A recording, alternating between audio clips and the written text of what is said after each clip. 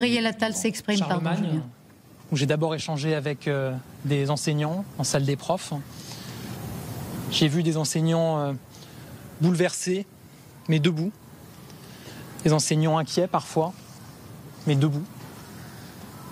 Ils demandent plus de sécurité physique évidemment, de sécurité intellectuelle aussi, pour ne jamais avoir à s'auto-censurer par crainte de réaction ou de représailles face à leurs enseignements. Et évidemment, je vais me battre. Je vais me battre pour renforcer cette sécurité à l'école, pour qu'on se sente toujours plus en sécurité à l'école qu'à l'extérieur de l'école.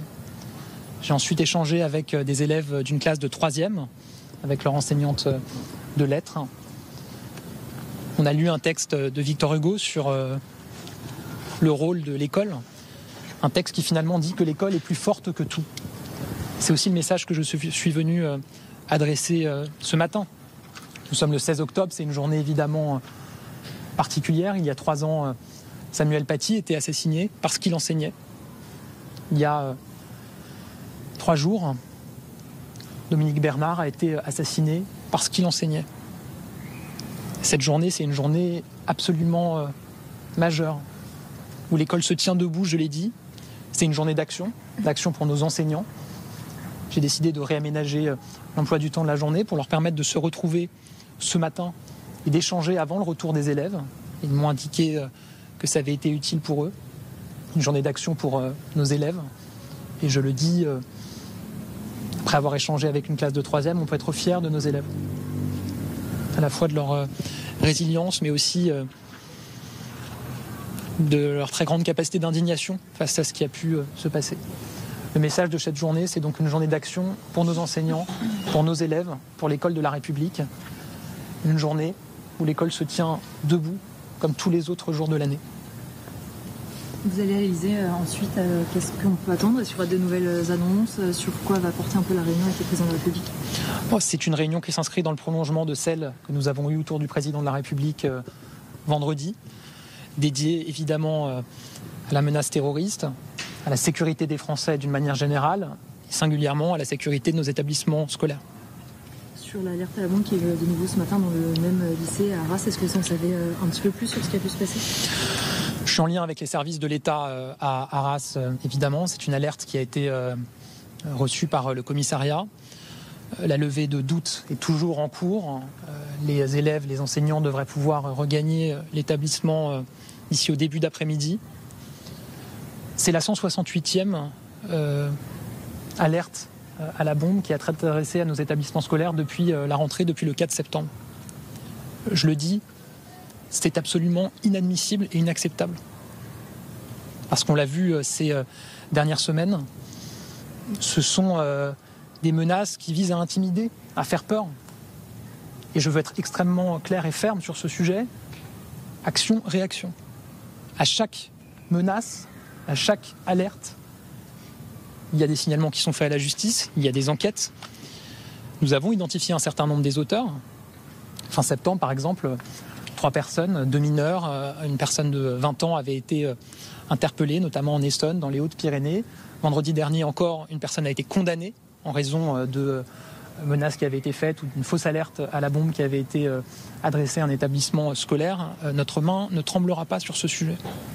Est-ce que vous avez été surpris par les paroles des élèves de 3e? Est-ce qu'il y a des phrases ou des formules qui vous ont étonné,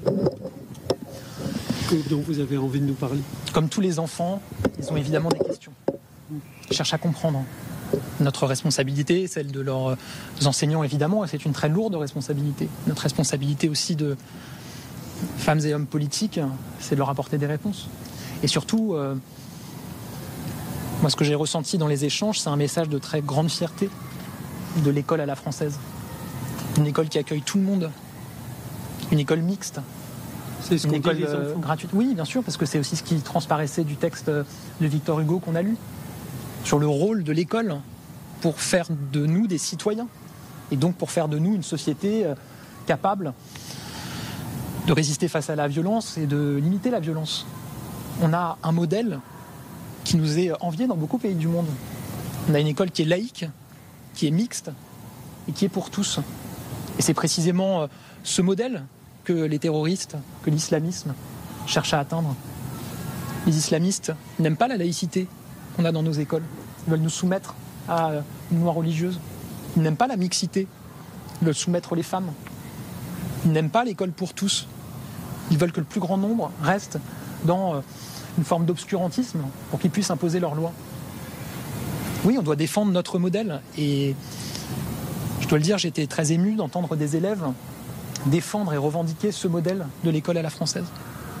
Vous avez parlé d'échanger avec les collectivités locales sur comment renforcer la sécurité dans les établissements scolaires. Quelles sont les pistes ?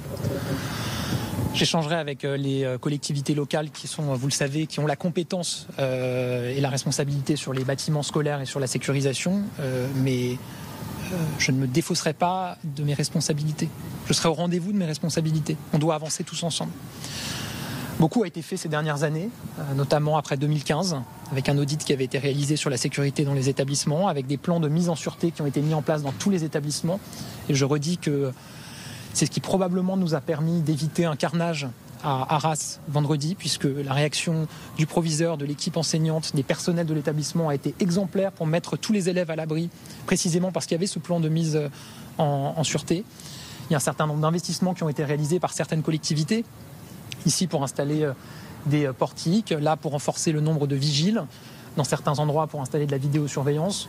L'objectif de l'échange que j'aurai avec les collectivités territoriales, c'est de faire un point sur ce sujet, de regarder là où nous pouvons progresser et comment nous pouvons progresser le plus efficacement pour renforcer la sécurité de nos établissements scolaires. J'échangerai aussi à nouveau avec les organisations syndicales sur le sujet. Je les ai vues longuement vendredi soir. Je veux les voir aussi de manière dédiée sur cette question de la sécurisation de nos établissements. Et puis ensuite, il y a la sécurité, je le dis, intellectuelle de nos enseignants. Un enseignant sur deux déclare s'être auto-censuré par crainte de réaction, de représailles à la suite de leurs enseignements. C'est un phénomène beaucoup plus structurant auquel on doit s'attaquer à la racine. Mais je serai au rendez-vous de ce combat-là aussi. Je vous remercie. Merci. Merci. Voilà. Le ministre Gabriel Attal, donc en duplex du lycée Charlemagne, qui rendait hommage à ce modèle laïque, ce modèle mixte, ce modèle français, cette école que les djihadistes prennent pour cible. Oui, c'est ce que je vous disais tout à l'heure. C'est un combat il faut se souvenir de qui sont ces gens. C'est des gens qui veulent tuer les homosexuels, qui veulent tuer ceux qui quittent leur religion, qui veulent que la femme soit réduite à un être inférieur à l'homme, qui veulent qu'on n'ait pas le droit d'aimer qui on veut, etc. C'est ce combat-là qui nous est mené. Donc il faut le mener, y compris par la force et la justice.